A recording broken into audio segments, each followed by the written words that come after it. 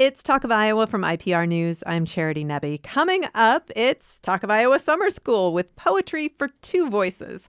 And we will also meet the new director of the Iowa State University Museums. But first, summer can be an amazing time for kids. Spending time outdoors, going to camp, having new experiences, bonding with family and friends.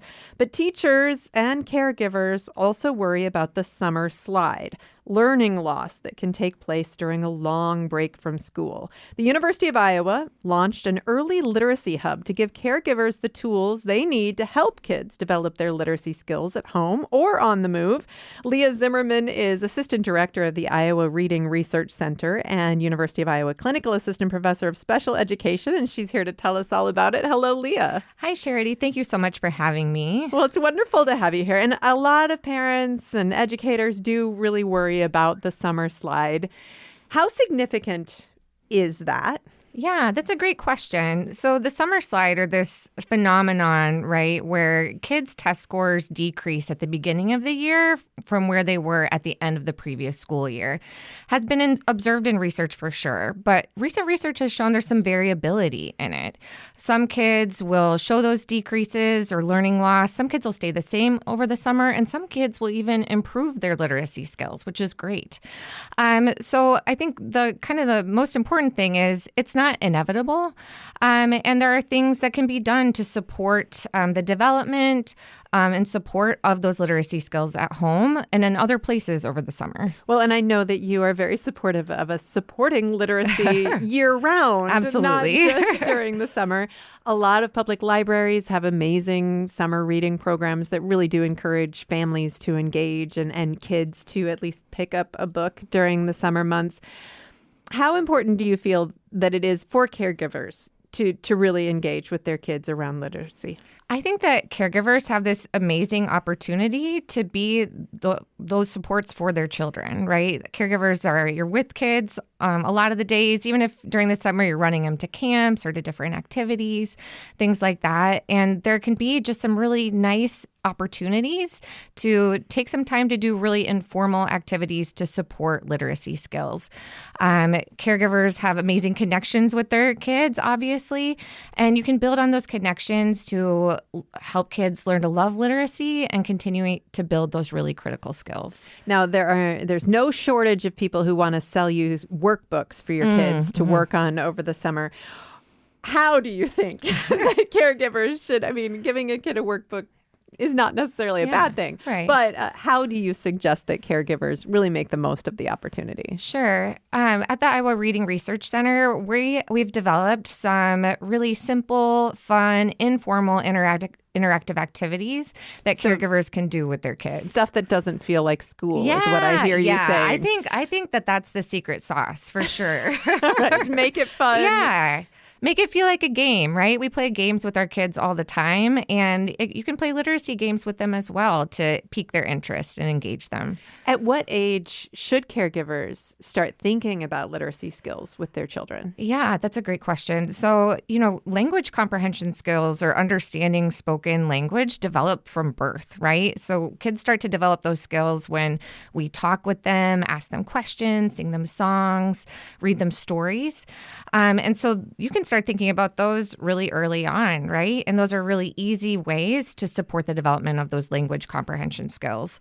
When we're thinking about what we call word recognition skills, right, supporting kids' ability to read printed text, you might start thinking about that maybe for some kids if they're interested in the preschool years or at the beginning of elementary school. Okay. And I know that you've developed the Spark Early Literacy Hub, which is just a great resource for parents. Give us a little bit of or caregivers of any kind. Give us a little bit of an overview of what's available, and then we'll dig into some of your advice. Yeah, absolutely. So the Spark Early Literacy Hub focuses on the development of two important literacy skills. So the first is phonological awareness, and that means someone's ability to hear and notice the sounds in spoken language. So those might be sounds like words or syllables, but most importantly to read are phonemes or individual speech sounds. So, for example, that's the ability to hear the word mat and know that the three sounds or phonemes in that word are and t. So that's one skill that our literacy hub focuses on. The second is letter sound knowledge. So that takes that phonological awareness a step farther, where kids actually start to match letters in printed text to those individual speech sounds. So taking a look at that letter M and knowing it says as in mountain. So in the Spark Early Literacy Hub, one of the things I'm really excited about are the IRC letter sound cards. And you might have seen alphabet cards before, right? Like the old school ones that just have the flashcards. Yeah, the flashcards that just have the letter printed on them. Well, these letter sound cards are a little bit different because they're designed to build letter sound knowledge. So on each card, there's a letter, of course, but then inside of that letter is an image that represents a key word that starts with the most frequent sound for that letter. So for example, for the letter S, inside that letter would be a snake, right? Because the letter S says S as in the beginning of snake. Or, for example, for the letter A, you might see an apple inside of that letter because the most frequent sound for A is as in apple. So using these cards can help kids learn not only the letter names, what they look like, but also those sounds that they're connected to. And it can help caregivers remember what the most frequent sounds for those letters are when they're teaching their children. And you've developed an app for this, right? Yeah, absolutely. We're really excited about that. It's called the Letter Sound Spark app. And so it has all of those letter sound cards in a digital format, but kids can actually interact with it and click on those letter sound cards. And the letter and its picture will stay there. But then what's really nice is a video of someone pronouncing that letter name and letter sound pops up. And this is really important because there's a close-up of that person's mouth, which shows kids how to say that sound. That's a really important skill for all students, but it can be especially supportive for kids who have reading difficulties or disabilities like dyslexia.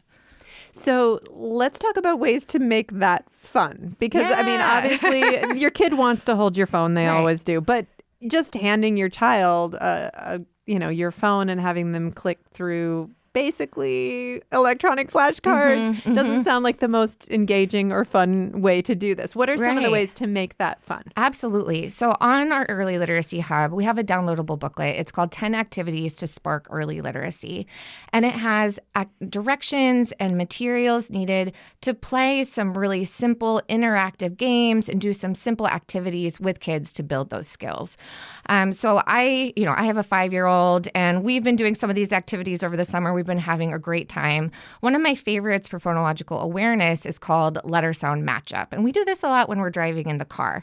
It's really simple. I'll say a sound out loud. So I might say, let's play with the sound as in hat. And I'll say, what other words do you know that sound like as in hat? And he'll name anything he can think of, right? He loves to say silly stuff and really amp it up, like, Halloween or hippopotamus, and we laugh. We make it more fun by adding, ding, ding, ding for right answers and for incorrect answers. So again, it's a really simple way that we can work on those, early word recognition skills, phonological awareness, but we make it fun. It's on the go. It takes a few minutes. Another one of our activities that we use to build letter sound knowledge is a letter sound scavenger hunt. So caregivers can print out those letter sound cards I talked about, and you can hide them all over your house. And you can say, find me the letter that says as in mountain, right? Every kid loves a challenge. They can run and find them, right? They can act out the cards as they walk them back to you.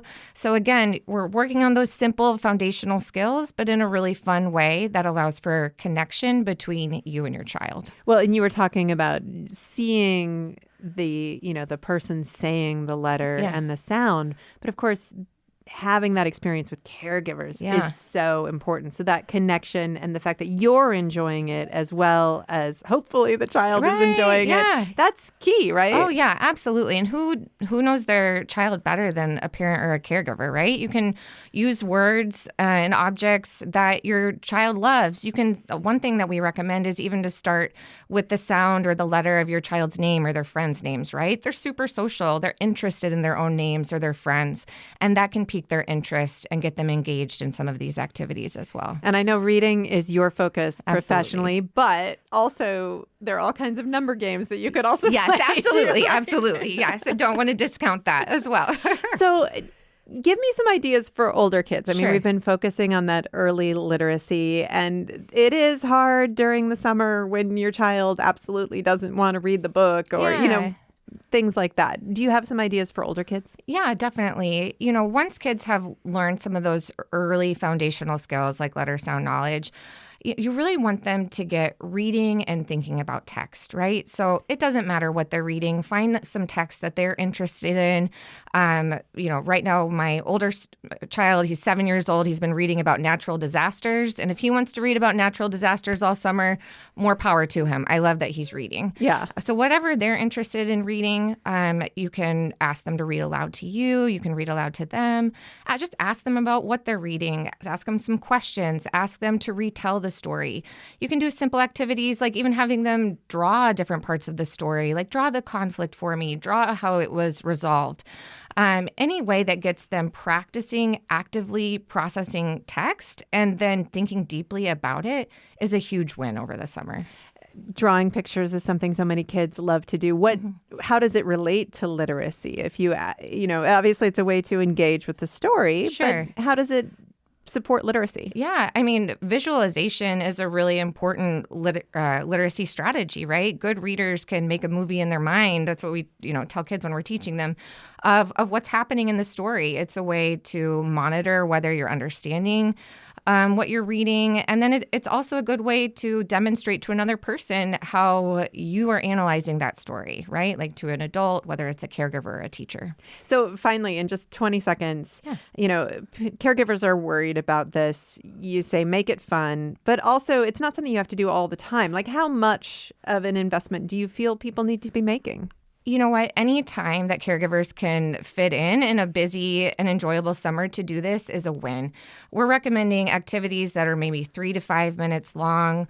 They can be done whenever you have a free moment. If the child is interested, that's great. Keep going. If they're not, you can always try another day. I think my message is whatever support caregivers can provide will make a huge difference, no matter how little time is spent on it. Leah, thank you so much. Yeah, thank you. Leah Zimmermann is Assistant Director of the Iowa Reading Research Center, and Talk of Iowa Summer School is coming up next. This is Talk of Iowa from IPR News. It's Talk of Iowa from IPR News. I'm Charity Nebby. School is out for the summer, but Talk of Iowa Summer School is in session. This summer, teachers from across the state are sharing a favorite lesson with us for students of all ages. Today, Kathleen Locher is here. She is an elementary school teacher librarian at Lincoln Elementary in the Iowa City School District. And a few years ago, she accidentally sparked a poetry invasion with one of her favorite lessons, inspired by the book Joyful Noise, Poems for Two Voices by Paul Fleischman. Hello, Kathleen. Hello there. Thank you so much for being here. And tell me about the lesson. How do you teach this book? Well, I found the book Joyful Noise kind of by accident. It was during a weeding process when I taught at Weber. And I picked up this book and I thought, I don't think I'll weed this book. It's a keeper. I'm just going to see how the course of the next year goes and maybe I'll use it. And it turned out that it became one of those gems that I've used year after year. So in order to use this book, of course, over the past 10 years, the lesson has changed, but I typically hand out about 10 different poems from this book. And this book has poems centered on the idea of insects, but they're built for two voices. And so I do choose partners, and I invite the kids to think about how they are going to greet their partner. And every single child, when their teacher says, I'm going to put you in groups or I'm going to give you a partner, half of the class is super excited and the other half of the class is dreading it. And so we prepare our faces for bliss because I say, when I announce your partner, you are going to look at that partner with a pleasant gaze and you're going to say, yes, we get to be partners. And so that's the first part of practice. Yeah, that's an important lesson in and of itself. It is. And after teaching for more than one decade, I've realized sometimes that's the hardest part, is letting kids enjoy each other and giving them the skills to do that. So part one is blissfully greeting your partner. Part 2 is just reading through this assigned poem. And a lot of times kids will go right by the poetry section in our library and they don't give it a second glance. And so this was probably a great lesson for Poetry Month at one time. And then in the last couple years, I just do it anytime. So I don't always reserve this for the spring, but I give every pair of kids a poem and they read it through one time. And some kids will read it through and say, I'm done. And I'll say, great. Can you deliver that poem to another pair and make it exciting so that they want to listen to the entire thing? And so once in a while, they'll look around the library and kids will be acting out their poem. Kids will be using different voices. They'll be down low on the carpet. They'll be asking to use chairs and to stand on top. And this is one of those lessons where I usually say yes to all of their questions of, can we do this? Yes, you may. And so as the poem lesson goes on, sometimes it takes 2 weeks because I only meet with classes once a week. Sometimes it takes 3 lessons. But by the 3rd lesson, they're ready to present. And so I have them present for another pair. And then once in a while, they'll say, can I please go present this to their brother's class or their sister's class or last year's teacher's class? And so that's how the Poetry Invasion started. And the first time you did this lesson was when? I think I did this about 9 years ago. Okay. Yeah, so it was my first year at Lincoln is when I did this the first time. Poetry Invasion, that started later. Probably 6 years ago. Okay, yes. What happened? So kids asked if they could please go present to the principal in the office. And I said, well, if there are people in the office, you need to kind of poke your head in and ask, is this a good time? We have a 45-second presentation. And if they say yes, go on in. And so they left the library saying, it's a poetry invasion. And I let them go. And off they went to the office, presented, and I got great feedback from the office secretary and from the principal at the time. And so that sort of began them wanting to create a sign. And so on a yardstick, they put a little piece of paper and it said, Poetry Invaders. And they would poke the little sign into whatever classroom. And if the teacher gave a thumbs up, they would present. If not, they would just go to the next class. So now I have 2 signs. And once kids get to the presentation part, they do ask if they can please use the sign and go present around the school. It's like going on tour. Yeah. Mm-hmm. So the first time you taught this lesson, you liked the poems and it was a poetry lesson. Yes. What were your goals with the lesson initially? Well, and that's the great thing about teaching. There are so many guideposts and core standards, and I work alongside teammates that are full of great ideas and have taught for a long time. So I'm never without ideas and guidelines. But I feel like I really want kids to feel proud when they leave school at the end of the day. And they might feel proud of learning a new poem. They might feel proud that they have a new relationship with somebody in their class. They might feel proud that they got to go back and see their kindergarten teacher and show them, hey, look, I'm doing something new and good. So I think at the end of the day, when kids get home, they want to talk about their day and they want to say, oh, we did the strangest thing today, or guess what I learned, or it was so much fun, listen to this. So I'm hoping that by doing lessons like this where teachers get to say yes and kids around the building get to see their siblings on tour, it's just kind of fun that they feel proud about something that they've done. So it's not really about poetry? Well, it does hit all those standards too. Yes, of course.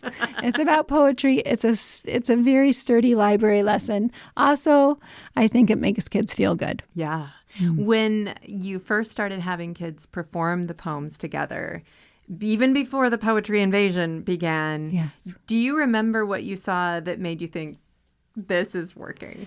Well, this particular book is interesting because I don't hand out every single poem in the book, and once in a while, a group will overhear another group doing a different poem.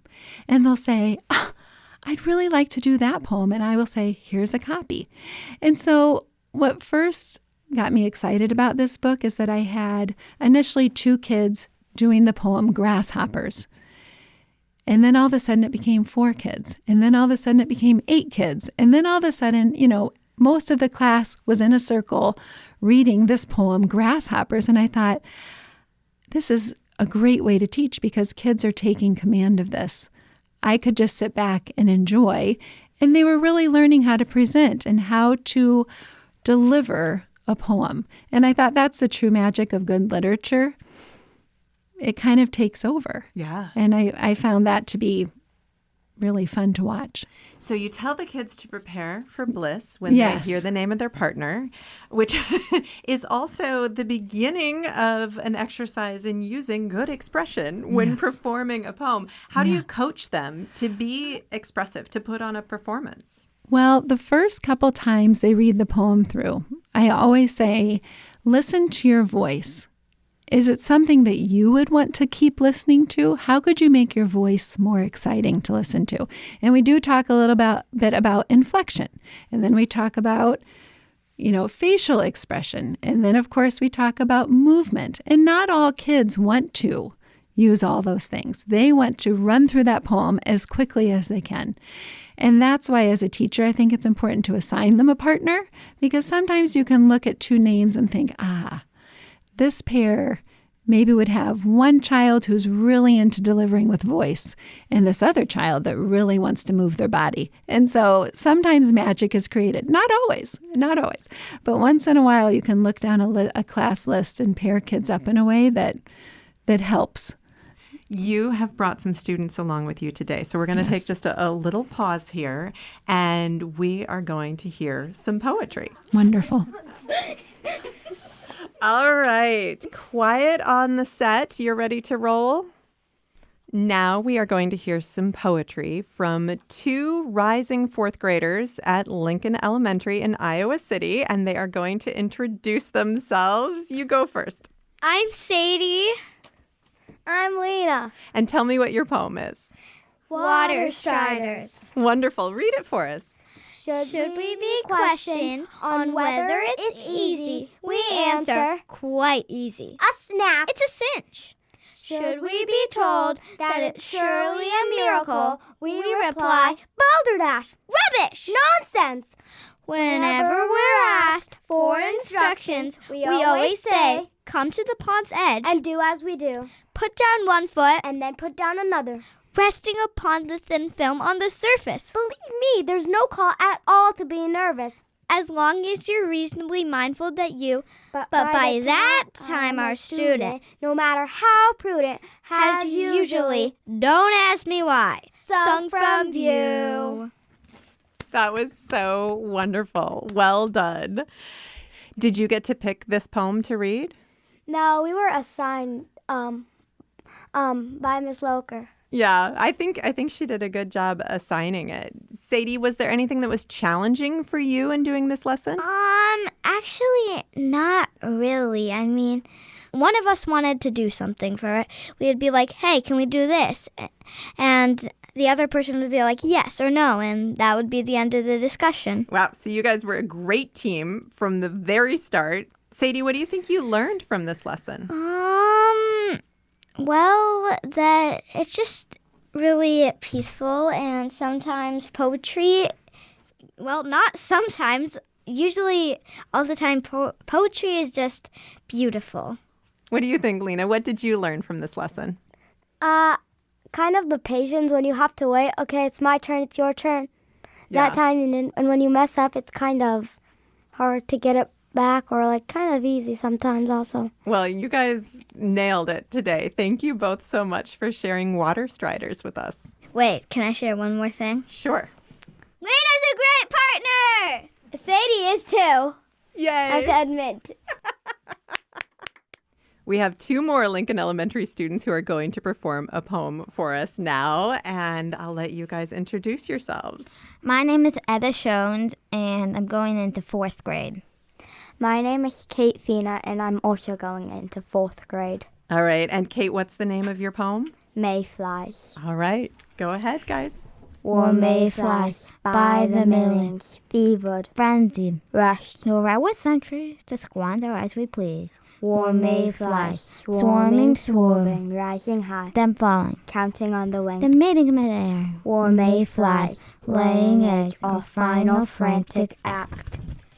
Suns low, like weak. In haste we launch him down the stream. Warm mayflies, lying, dying, flown by the millions. On this very stream. From rocks we sprung so very long ago. This morning. Back when we were young. That was great.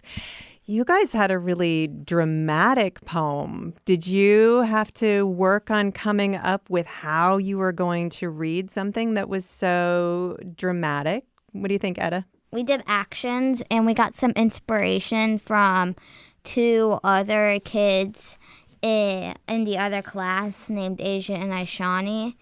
They were doing actions, and they inspired us to also do actions at recess because we were allowed to bring them out to recess.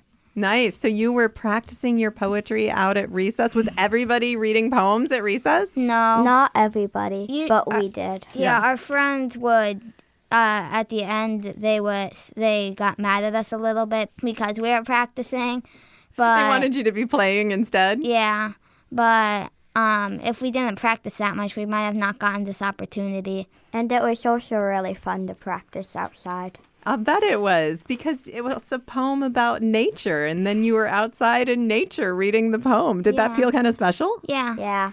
We, personally, I learned from the poem that mayflies only live one day. Yeah, that's pretty crazy. Kate, what do you think you learned from this lesson? I don't really know, but working together is a big part in being able to do stuff together. And when you work together and cooperate more, it's easier to get stuff done. Does this make you want to read more poetry? Yeah. Yeah. Me and Ella learned the script from memory when we did it. So we had no script, and we also did the actions with it with We no memorized script. them. Wow, you went above and beyond. Thank you both so much for sharing Mayflies with us today. You're Thank welcome. you.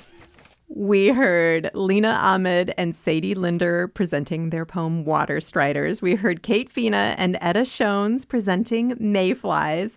They all did such an incredible job. Kathleen, when you watch your students today, when you were watching them do their poetry, what were you feeling?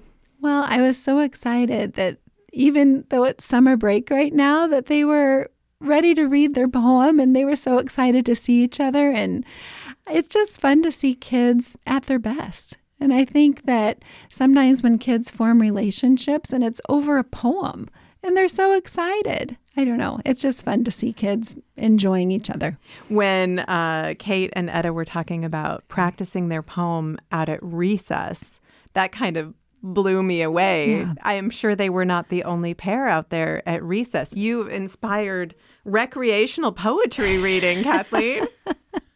Well, it was funny with this 3rd grade class, last year's 3rd grade class, they did ask, can we bring our copies of our poems with us? And I said, well, ask your teacher if there's 5 minutes here or there, maybe you could practice with your partner, but I don't want this to become a distraction. So I thought it was funny they decided to bring them out to recess. And once in a while, I would even hear kids practicing their poems during lunch. Oh, my goodness. And I thought, oh, my word, go beyond your wildest yes, dreams. I guess I just have to say yes, go for it. So you are inspiring 3rd graders with this, but I read a lot of poetry, and most of the time, if I'm in a position where I can, when I read poetry, I read it out loud, because so often that does add more depth and feeling to the poems, and it just increases my enjoyment. So knowing that you now have a classroom that is the entire state of Iowa, what do you want us to think about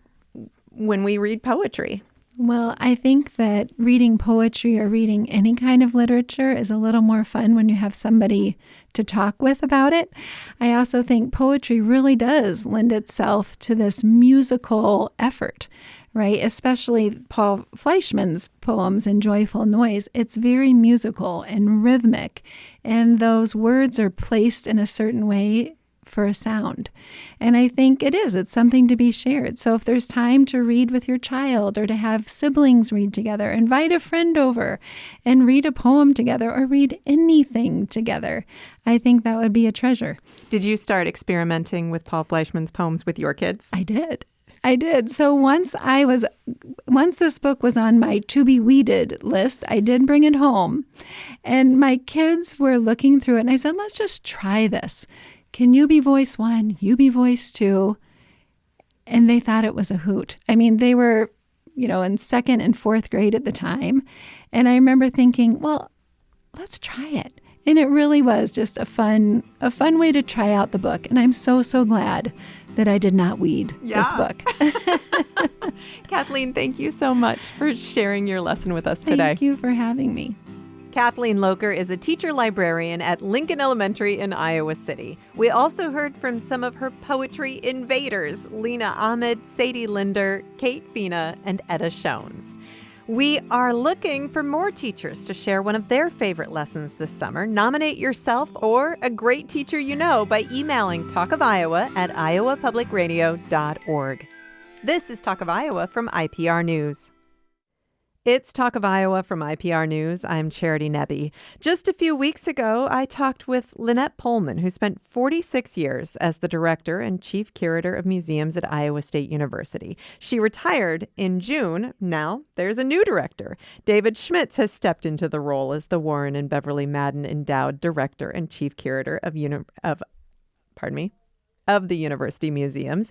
He has worked in a number of different arts organizations in Iowa over the years, and we thought this would be a great time to get to know him. Hello, David. Hello, Charity. Great to be back with you. Well, it's wonderful to talk to you. And David, you got your undergraduate degree at the University of Northern Iowa. Back then, your plan was to become a practicing artist. What was your dream? That's right. I'm one of those art kids, as we often talk about. In the industry. Yes, from the time I was a child, Charity, my kind of sole goal was to grow up and become a professional artist. And that remained my dream all the way through college. I am also a testament to the power of teachers and mentors. When I was midway through my time at the University of Northern Iowa, our gallery director, Daryl Taylor, pulled me aside and said, I see you always trying to organize exhibits, work with other students, and why don't you come work for me in the gallery? And so that really set in motion for me, really a 20-year path and journey into arts administration. Before we get into that, what was your medium? Painting and printmaking largely. Love to draw, have been doing that since I was a child, and now mainly do that with my son. I do make a little bit of work, but have kind of replaced my aspirations to be a professional artist with supporting professional artists. So in that role, supporting professional artists and creating experiences for people who want to engage with art, because that's also a big part of what you do, how do you think your background as an artist yourself, someone who thinks like an artist, can enhance your work? Yeah, absolutely. So, of course, at university museums, I'll start there. We are supporting a wide range of artistic and cultural production, not just works of fine art, but also a lot of historical artifacts and cultural materials. So I would broaden it at the stage and the point I'm at now in my life, Charity, to say that I'm really interested in certainly continuing to work with individual artists, but also looking at what we might call makers or creators across many different cultures and times, and to really help all of our visitors and especially our students understand their lives, their experiences, because at the root of it all is we believe that looking at works of art and understanding the lives and experiences of artists and makers can help us to better understand our own time and place. As you went to graduate school and moved into this world of art management, how did your feelings about that evolve? Clearly, this is something that you're deeply committed to. What drives that passion? Yeah, absolutely.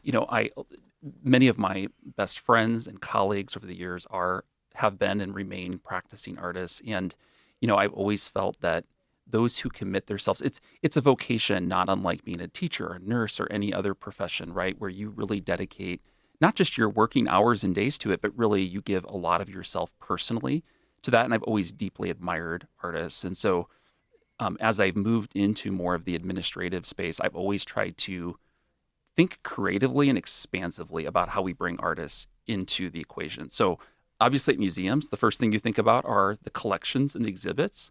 And we have amazing opportunities here at university museums to showcase many wonderful artists from Iowa and across the nation and world.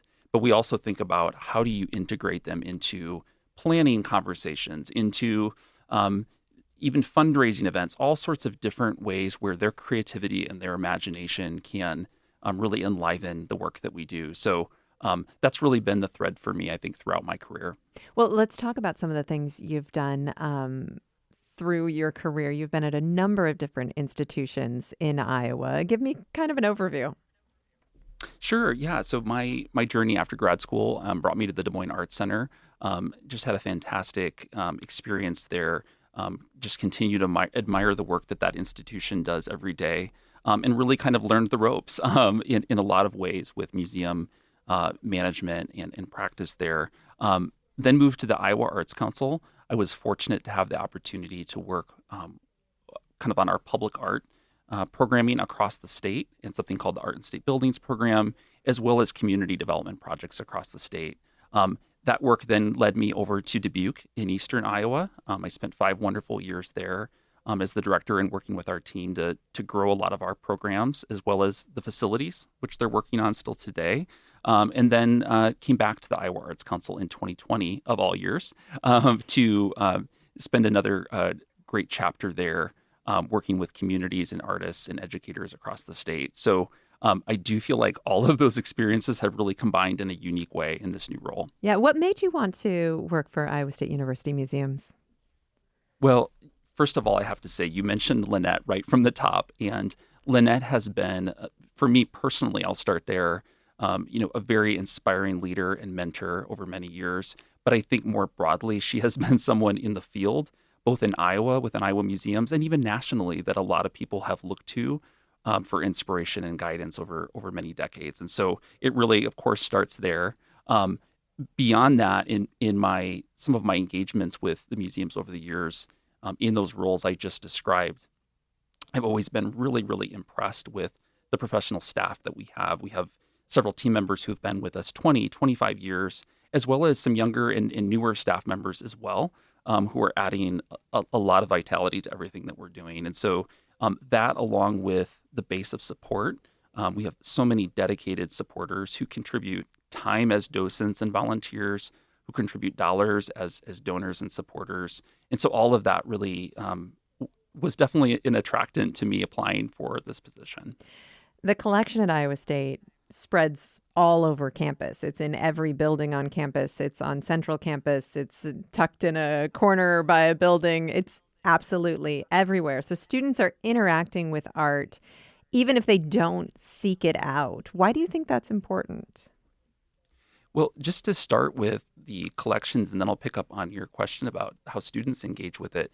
For listeners who maybe do not know a lot about university museums yet, we are a very unique organization in that we have 5 distinct sites across campus, including 2 campus art museums, the Bernier and the Christian Peterson, as well as a historic home site, our Farmhouse Museum, and then the public art collection you just mentioned, which is sprawling and we believe one of the largest among any public university in the U.S.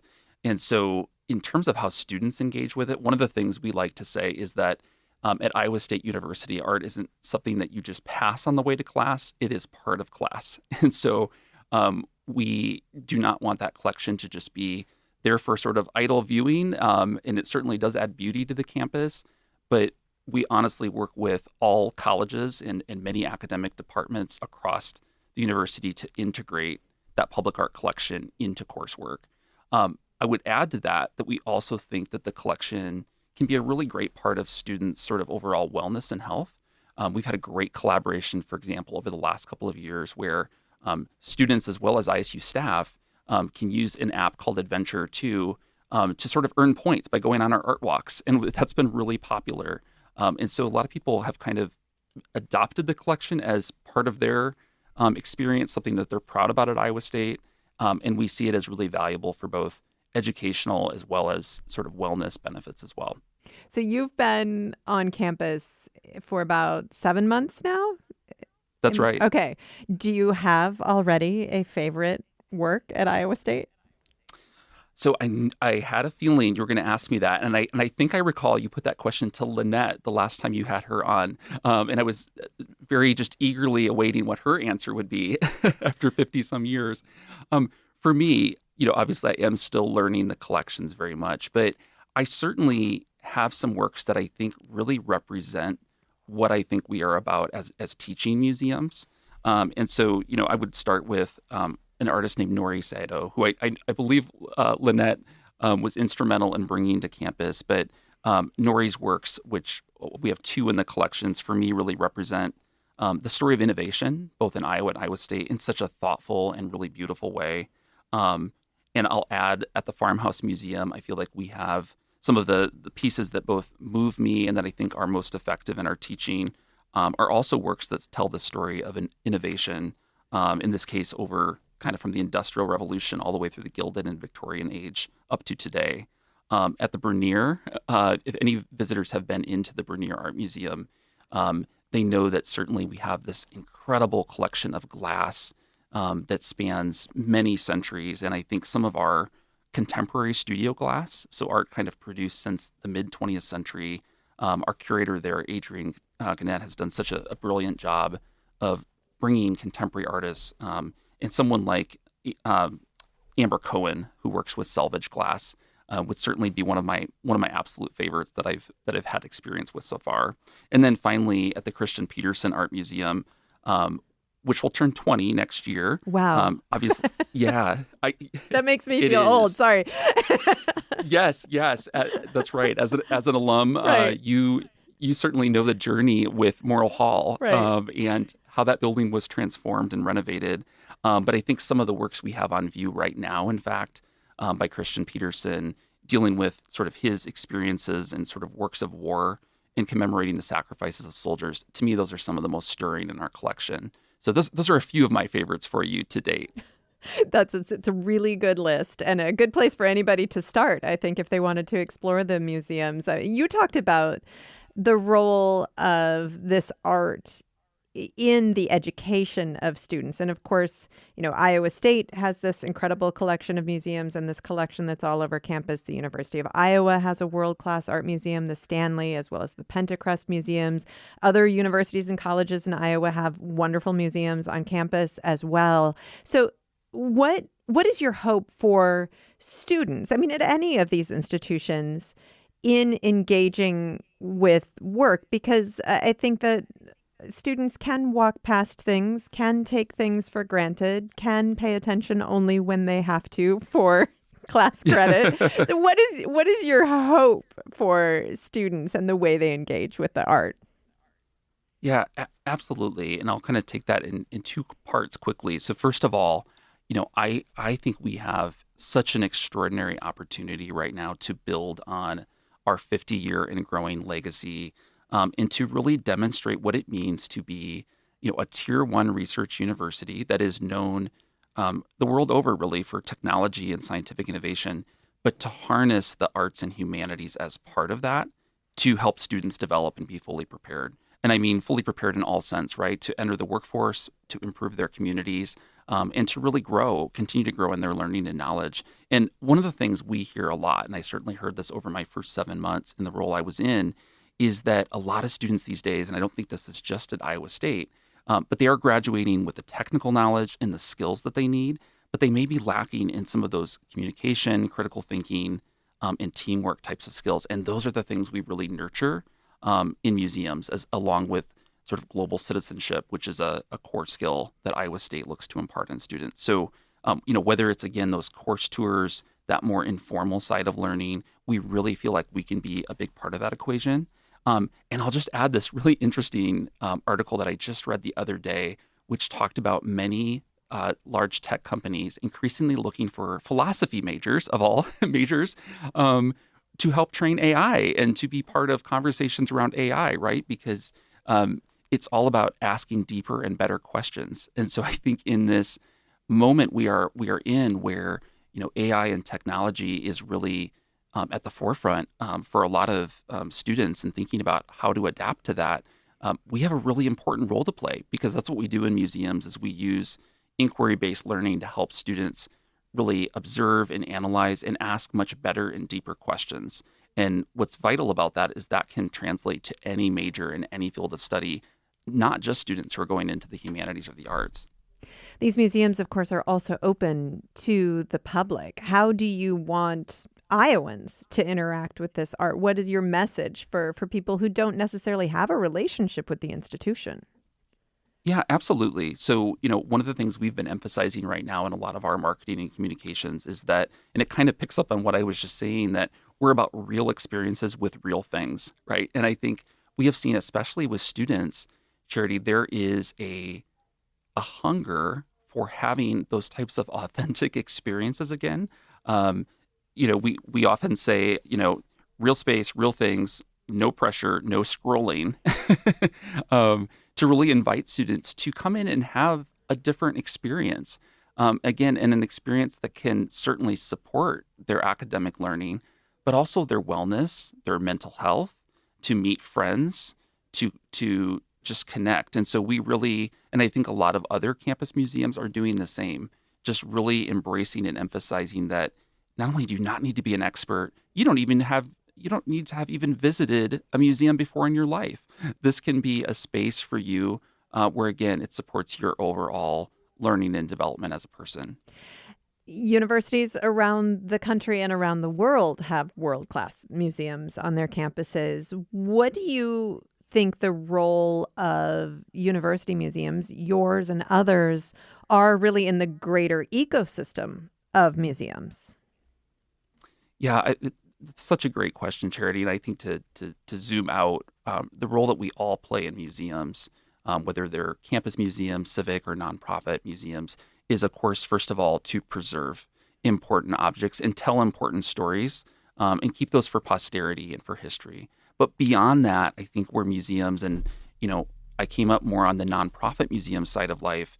But what we all have really embraced is that, again, we offer spaces in places where people are able to slow down, first of all, look a little longer in a world that is filled with, digital information and that moves so fast, and to think differently, feel differently, connect again with other times, places, and cultures. And so I do think for academic museums, that is a huge part of what makes us valuable in this moment. And I would add to that, again, in a time where we're really focused on training students to, again, enter a world and a workforce where jobs change frequently, what they may be doing changes frequently, that we help them to become more creative, adaptable, flexible, and critical thinkers. So I know our whole team is really, we're not only focused on that, but we are inspired by that as a core part of the value that we add. David, congratulations, and thank you so much for talking with me. Thank you, Charity. David Schmitz is the Warren and Beverly Madden Endowed Director and Chief Curator of the University Museums at Iowa State University, a role he just recently took on after the retirement of Lynette Pullman after 46 years as Director and Chief Curator. Talk of Iowa is a production of IPR News. Our producers are Danny Gear, Samantha McIntosh, and Caitlin Troutman. We get production assistance from Nev Kelly and technical support from Steve Cooper. I'm Charity Nebbe. This is Talk of Iowa.